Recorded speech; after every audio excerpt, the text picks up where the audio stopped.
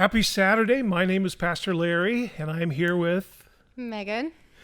And Megan is, I don't know if many people know who you are, but you actually are on our staff and you work in our graphics department. Yeah. And I know that you work on a lot of different things, but you, I think, are doing a lot of the artwork and stuff for the children's ministry. Is that right? Yes. Yeah, I do most of the kids' videos, like all of the kids' videos that every Sunday that the kids see, all the graphics for the kids.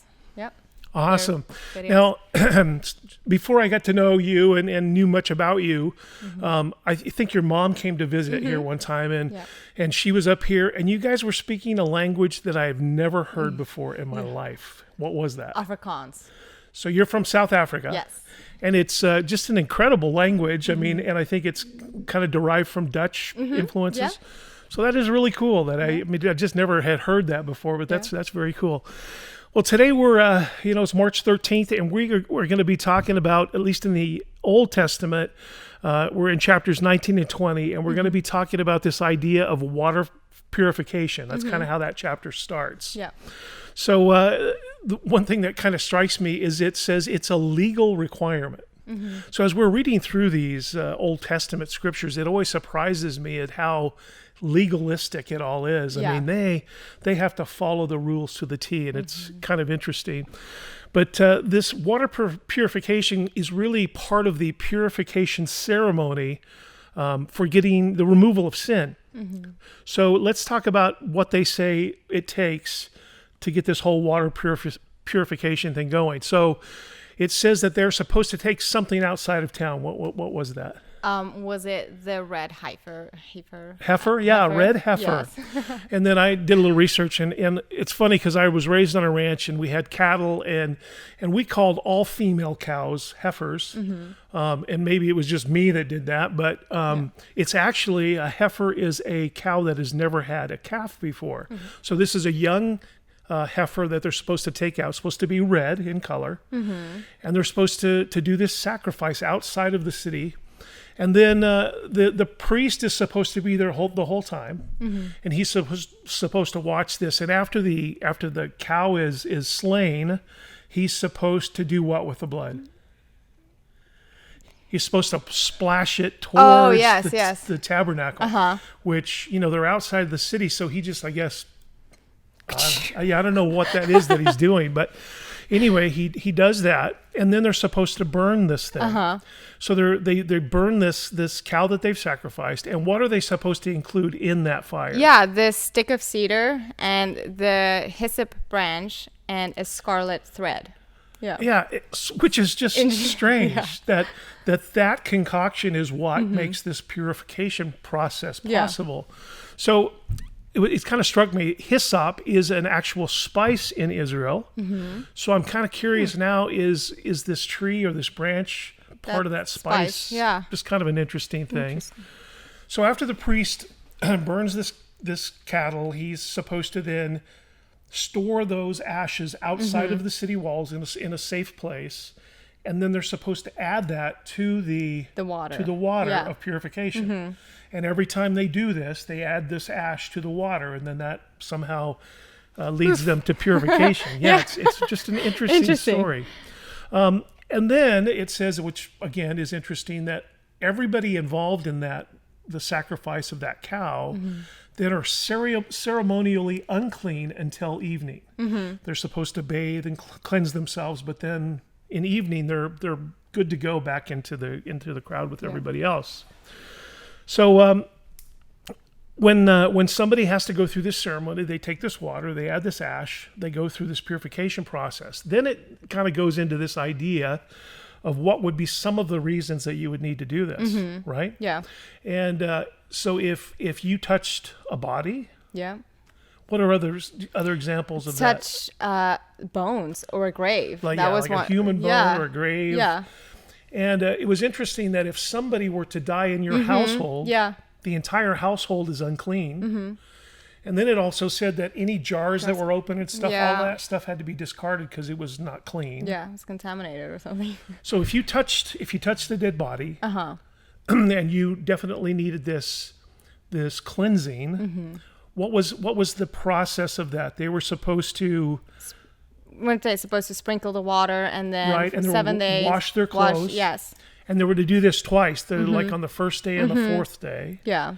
But they weren't considered ceremonially clean until the seventh day. Yes.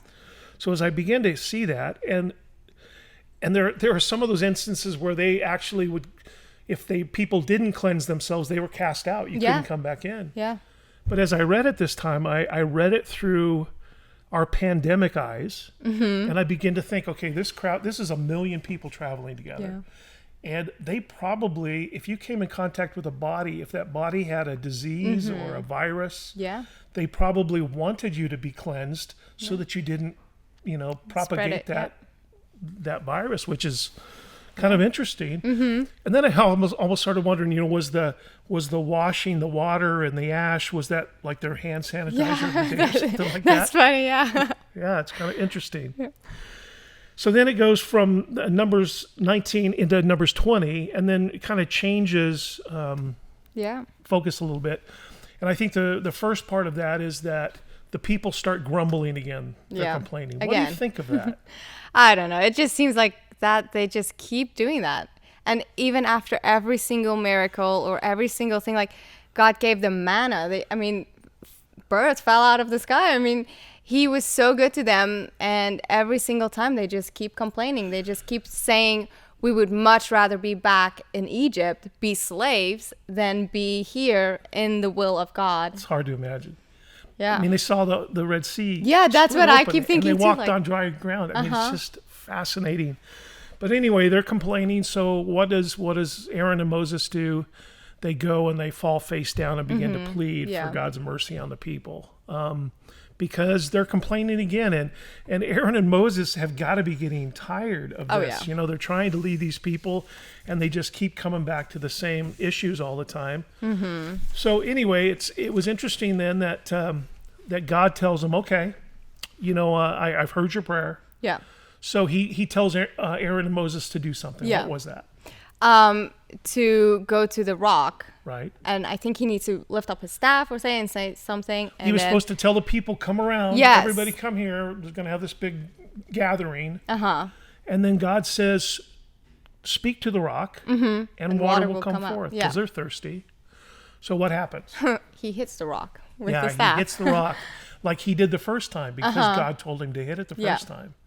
But he doesn't do exactly what God says. And then what happens? Well, God told him, because you didn't trust me enough, you will not see the promised land. Oh my goodness. That's crazy. Just hard to imagine. That is hardcore. I'm thinking today, okay, occasionally I make a mistake. I blow it. Yeah. In those times, man, I would have not made it into the promised land except for the grace of Jesus and what Jesus' sacrifice of his death, means to me. So just it's fascinating.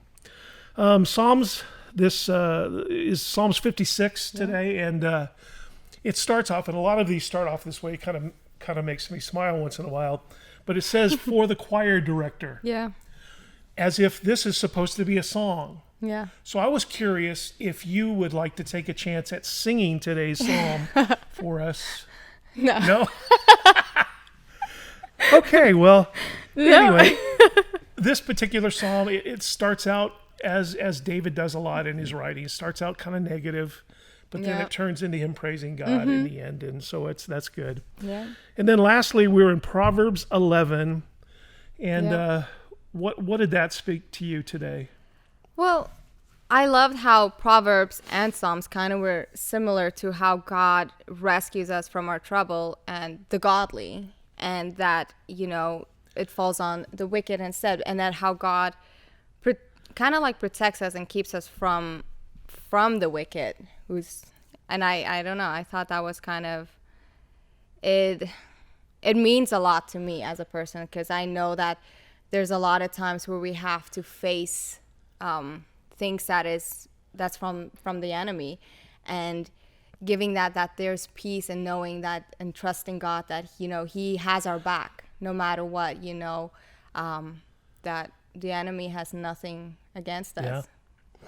And again, I when I read things like this, it's an easy choice. I want to choose the godly way. Yeah. I don't want to choose the Yeah. the evil way. But anyway, well, that's our reading today. I hope you have a great rest of your Saturday, and we'll see you next time. Yep.